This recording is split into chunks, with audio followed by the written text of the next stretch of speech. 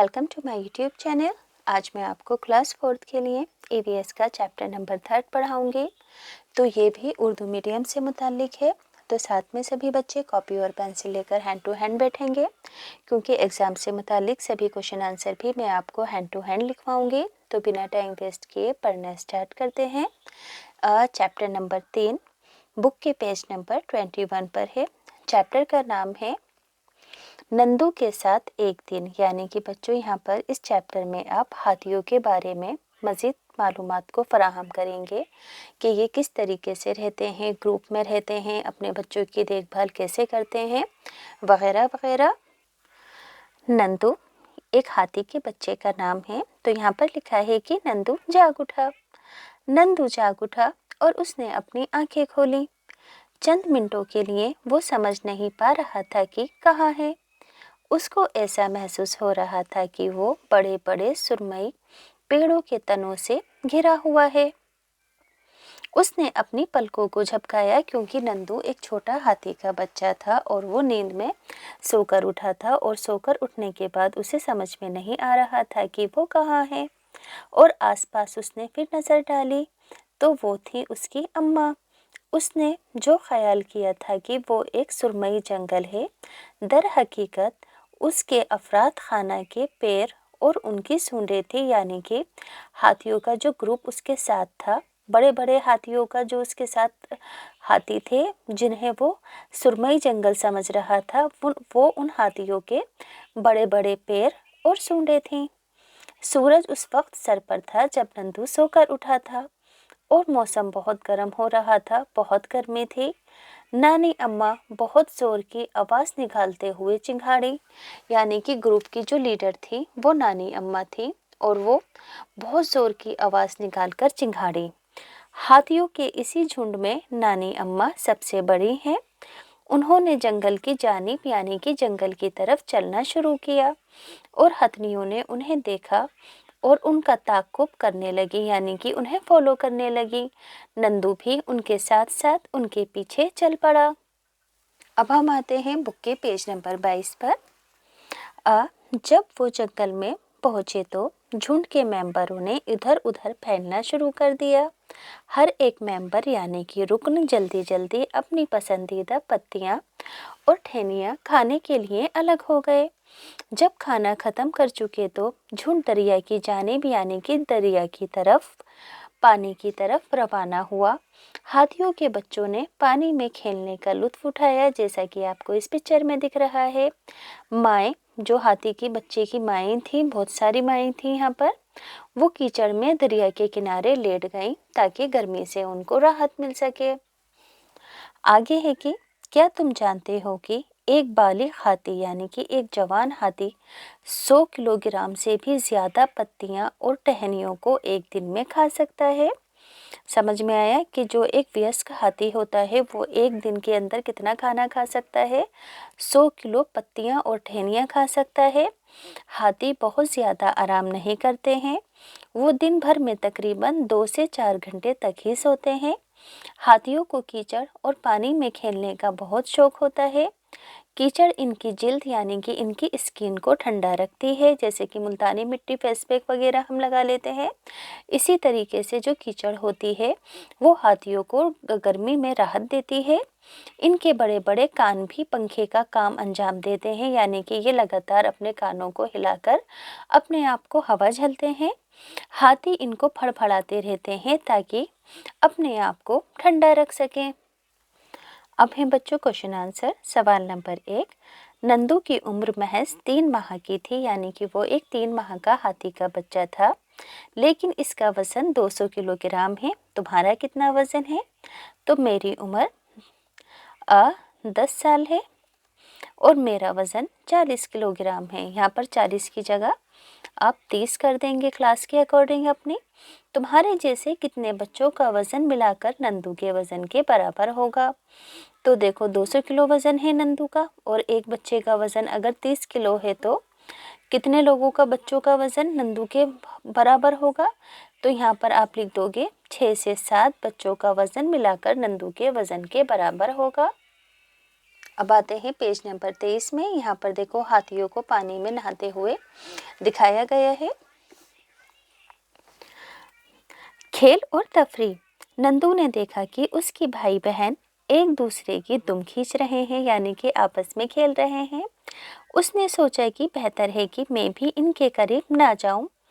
क्या होगा अगर वो मेरे ऊपर चढ़ गए? तो नंदू डर गया। मैं तो अभी छोटा हूँ। वो खामोश चल दिया और जाकर अपनी माँ के करीब खड़ा हो गया। माँ ने आहिस्ता से नंदू को अपनी तरफ से धकेला, जैसे कि वो कह रही हो कि जाकर खेलो। नंदू को पानी में खेलना पसंद था।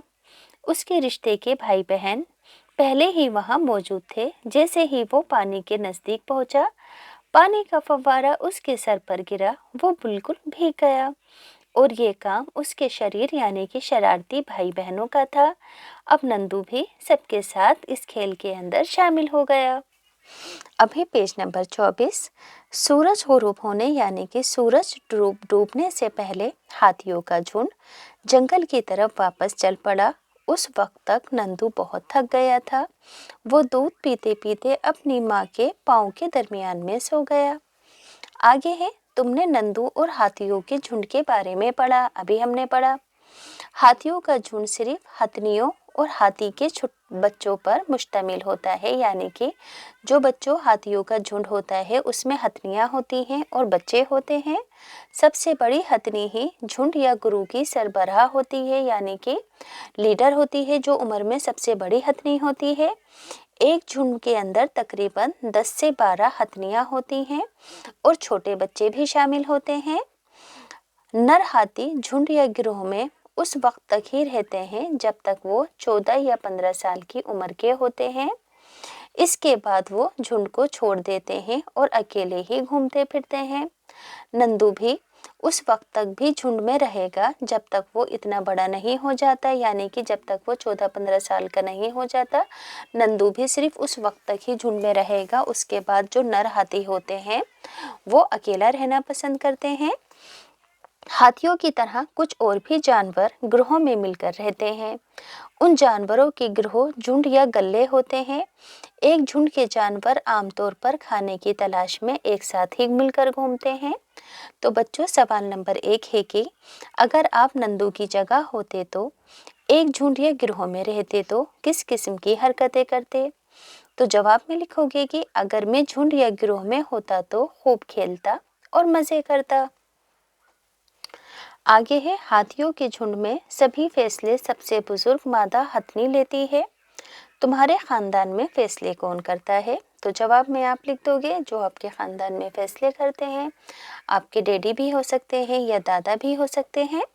अगला सवाल है कि हाथियों के झुंड का एक आपको कोलाज बनाना है। इस मकसद के लिए हाथियों की जितनी ज़्यादा से ज़्यादा तस्वीरें जमा कर सकते हो करो और उसको फाइल में चिपकाओ या अपनी कॉपी में चिपकाओ। अब है बुक का पेज नंबर 25। सवाल है कि नंदू वो सब चीज़ें करता था जो उसको पसंद थी। अगर आपको अपने दोस्तों के साथ एक पूरा दिन गुजारने का मौका मिले तो आप क्या क्या करना पसंद करोगे? तो जवाब में लिख देना कि हम खूब खेलेंगे, मिलकर पसंद की चीज़ें खाएंगे, मज़े करेंगे, नाचेंगे और गाएंगे। अगला सवाल है कि मालूम करो और लिखो वो कौन कौन से जानवर हैं जो झुंड या गिरोह में रहते हैं।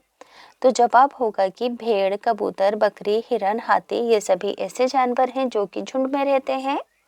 अगला सवाल है, क्या तुम भी झुंड में रहते हो? क्या तुम भी इस तरह सबके साथ रहना पसंद करते हो?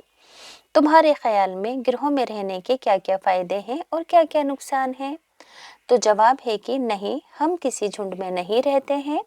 झुंड के फ़ायदे और नुकसान, तो फ़ायदे इधर की साइड लिखे हैं सभी और नुकसान लेफ्ट हैंड साइड पर हैं। फ़ायदों में लिखोगे कि मुसीबत के वक्त सब काम आते हैं। गिरोह में ज़्यादा लोग होते हैं तो ज़्यादा मज़ा आता है। नुकसान क्या है कि गिरोह में लड़ाई के ज़्यादा खतरात हो सकते हैं और आपसी लड़ाई भी हो सकती है। अब है हम बुक के पेज नंबर 26 पर। क्या आपने कभी हाथी की सवारी की है और आपको कैसा महसूस हुआ? तो आंसर होगा कि हाँ, की है। पहले तो डर लगा लेकिन बाद में बहुत मज़ा आया।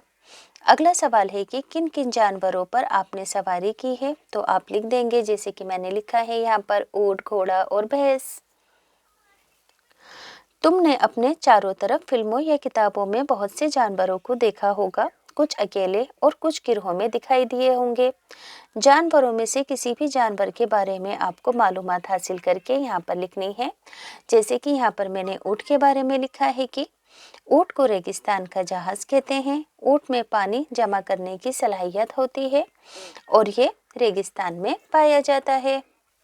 अब है हम बुक के पेज नंबर 27 पर। सवाल है कि बगुला भैंस की पीठ पर क्यों बैठता है, तो जवाब होगा बगुला भैंस की पीठ पर मौजूदा कीड़ों को खाने के लिए बैठता है। अगला सवाल है कि क्या तुमने किसी जानवर को दूसरे जानवर पर सवारी करते हुए देखा है, उसका नाम लिखो। तो देखो, जो जानवर सवारी कर रहा है, तो कौन सा जानवर देखा है आपने? मैंने चिड़िया को मगरमच्छ की पीठ पर बैठे देखा है ना। और वो जानवर जो सवारी कर रहा है वो कौन है? तो वो चिड़िया है। यहाँ पर चिड़िया लिख देंगे। आगे है, ऐसे दीगर जानवरों के नाम लिखो जिन्हें हम सवारी के काम में लाते हैं, जैसे कि ऊंट, हाथी, घोड़ा, भैंस, गधा वगैरह। अगला सवाल है कि ऐसे जानवरों के नाम लिखो जिन्हें हम सामान ढोने के लिए इस्तेमाल करते हैं, जैसे कि घोड़ा, हाथी, गधा, बैल और भैंस वगैरह। आगे है, अपना खुद का हाथी बनाओ। तो यहाँ पर अगले पेज पर आपको ये इंस्ट्रक्शंस दिए गए हैं और यहाँ पर आपको इसकी कटिंग कर कर हाथी बनाना है। अब हम हैं बुक के पेज नंबर 29 पर। वो क्या खाते हैं? देखो, यहाँ पर कुछ तस्वीरें दी गई हैं। इन तस्वीरों को आपको गौर से देखना है और ये जानवर आपस में बातें कर रहे हैं। देखो, ये है सांप। तो ये कह रहा है कि ये टोकरी ही मेरा घर बन गया है। मैं तो जंगल के जानवरों से मिलना और ताज़ा हवा लेना ही भूल गया हूँ। इसी तरीके से अब भालू क्या कहता है? अब मुझे सर्कस में देखते हैं, नाचने और आग के गोले में से कूदते हुए। मैं ना जाने क्या क्या।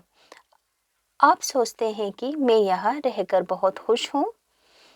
अगर ऐसा ना करूँगा तो भूखा रहूँगा और मार भी खानी पड़ेगी, यानी कि ये भी दुखी है।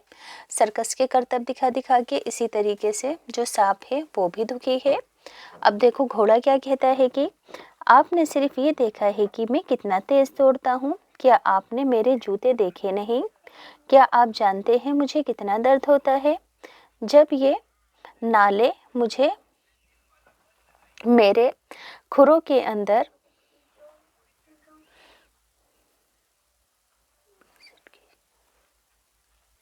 पेस्ट की जाती हैं, यानी कि जो घोड़ों के पैरों के अंदर बच्चों नाले कीलों की सहायता से लगाई जाती हैं, जिससे घोड़ों को बहुत तकलीफ होती है। इसी तरीके से बंदर कहता है, हर वक्त नाचते रहो, बस नाचते रहो। तुम्हारा दिल ना चाहे तो तुम्हें कहीं दर्द हो, मगर भूखे हो, बस नाचते रहो। यानी कि बंदर भी कैद में रहकर दुखी हैं। इसी तरीके से अब देखो, बिल्ली क्या कहती है कि मियाओ मियाओ मियाओ, मैं सिर्फ इधर उधर घूमती फिरती हूँ। मुझे बच्चे बहुत प्यार करते हैं, वो मुझे सहलाते हैं और मुझे दूध भी देते हैं। बिल्ली तो देखो खुश है। इसी तरीके से हुटरगू, क्या तुम जानते हो लोग मुझे ख़ास तौर पर दाना खाने के लिए बुलाते हैं। यहाँ पर ये कबूतर कह रहा है। अब देखो, यहाँ पर है कि पेज नंबर 30 है। आपने पढ़ा कि ये जानवर क्या कह रहे हैं। आपका ख्याल है कि इनमें से कुछ अफसरदा यानी कि कुछ जानवर उदास क्यों हैं? तो देखो, जवाब में लिखोगे कि क्योंकि लोग अपने फ़ायदे के लिए इनका इस्तेमाल करते हैं और इनकी आज़ादी छिन जाती है, इसलिए ये जानवर उदास हैं। अगला सवाल है कि पेड़ों पर झूलते और खेलते बंदरों और सवारी के बंदर में तुम्हें क्या फ़र्क नज़र आता है? तो देखो, पेड़ों पर झूलने और खेलने वाले बंदर आज़ाद होते हैं, जबकि मदारी, यहाँ पर मदारी आएगा, मदारी के बंदर कैद में हैं और उन्हें मदारी की मर्ज़ी के मुताबिक ही रहना पड़ता है। तो देखो बच्चों, ये चैप्टर कंप्लीट हो गया है। अगर आपको अच्छे से समझ में आया हो तो प्लीज़ वीडियो को लाइक करना, दोस्तों के साथ शेयर करना और चैनल को ज़रूर सब्सक्राइब करना।